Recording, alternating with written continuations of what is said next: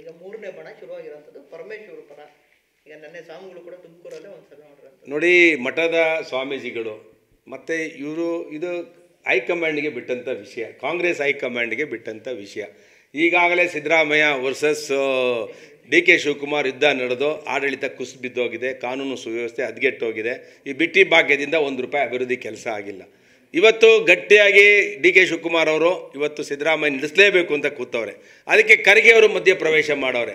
ನನಗೂ ಕೂಡ ಅನ್ಯಾಯ ಆಯಿತು. SM ಕೃಷ್ಣನ್ ಕಾಲದಲ್ಲಿ ನಾನು ಸರ್ಕಾರ ತಂದೆ, ನಾನು ಅವತ್ತು ಮುಖ್ಯಮಂತ್ರಿ ಆಗಲಿಲ್ಲ. ನಾನು 8 ಬಾರಿ ಶಾಸಕನಾಗಿ 2 ಬಾರಿ ಪಾರ್ಲಿಮೆಂಟ್ ಸದಸ್ಯ ಆಗಿ ನನಗೆ ಈ ಒಂದು ಅವಕಾಶ ಕಾಂಗ್ರೆಸ್ಸಲ್ಲಿ ಸಿಕ್ಕಿಲ್ಲ.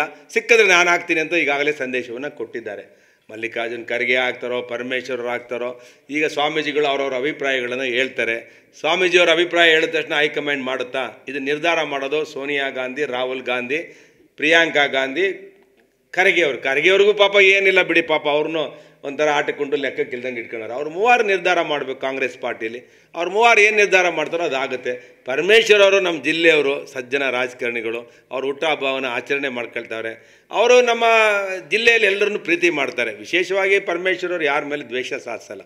ಒಬ್ಬ ಸಜ್ಜನ ರಾಜಕಾರಣಿ, ಒಬ್ಬ ಸರಳವಾಗಿರುವಂಥ ಒಬ್ಬ ರಾಜಕಾರಣಿ. ಎಷ್ಟೇ ಶ್ರೀಮಂತಿಕೆ ಇದ್ದರೂ ಕೂಡ ಅವರು ಭಾಳ ಎಲ್ಲರನ್ನೂ ಪ್ರೀತಿ ಮಾಡೋವಂಥವ್ರು. ಆದರೆ ಏನಂತೆ, ಅದೃಷ್ಟ ಇದ್ದವ್ರು ಆದರೆ ನಾವು ಸ್ವಾಗತ ಮಾಡ್ತೀವಿ. ತುಮಕೂರು ಜಿಲ್ಲೆ ಅಭಿವೃದ್ಧಿ ಆಗುತ್ತೆ ಅನ್ನೋದು ನನ್ನ ಅಪೇಕ್ಷೆ. ಆದರೆ ಪರಮೇಶ್ ಆಗೋದು ಅಷ್ಟು ಸುಲಭ ಇಲ್ಲ. ಡಿ ಕೆ ಶಿವಕುಮಾರ್ ಅವರಿಗೆ ಅವ್ರು ಮಾತು ಕೊಟ್ಟಿದ್ದಾರೆ ಅಂತ ಆಲ್ರೆಡಿ ಪೇಪರ್ಗಳಲ್ಲಿ ಎಲ್ಲ ಪತ್ರಿಕೆಗಳಲ್ಲೂ ಕೂಡ ಬರ್ತಿರೋದು ನಾವು ನೋಡಿದ್ದೇವೆ. ಯಾರು ಕಾಂಗ್ರೆಸ್ಸವರಾಗಲಿ ಈ ಭಾಗ್ಯ ಬಡವ್ರಿಗೆ ಬಿಟ್ಟು ಶ್ರೀಮಂತರಿಗೆ ಕಿತ್ತಾಕಿ ಕರ್ನಾಟಕನ ಸರ್ವತೋಮುಖ ಅಭಿವೃದ್ಧಿ ಕಡೆ ಕೊಂಡೋಗ್ಬೇಕು ಅನ್ನೋದು ನಮ್ಮ ಅಪೇಕ್ಷೆ. ಸರ್, ಈಗ ಒಳ ಮೀಸಲಾತಿಗೆ ಸಂಬಂಧಪಟ್ಟಂಗೆ ಈಗ